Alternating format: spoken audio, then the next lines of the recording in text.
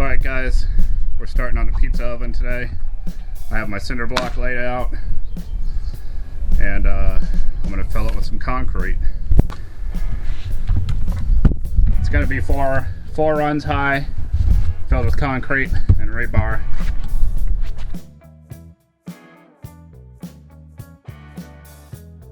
Alright, so I have 3 runs filled with concrete, and the top one I'm going to mortar on and then fill it with concrete.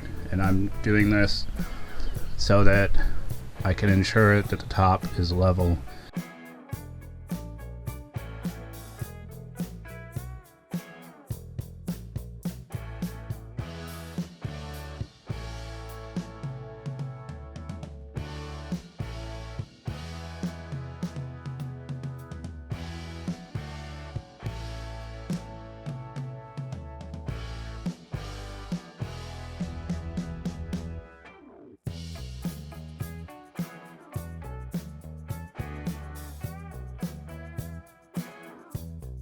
That's it. Thanks for watching. Next, I'm going to be pouring the hearth slab on top of these blocks.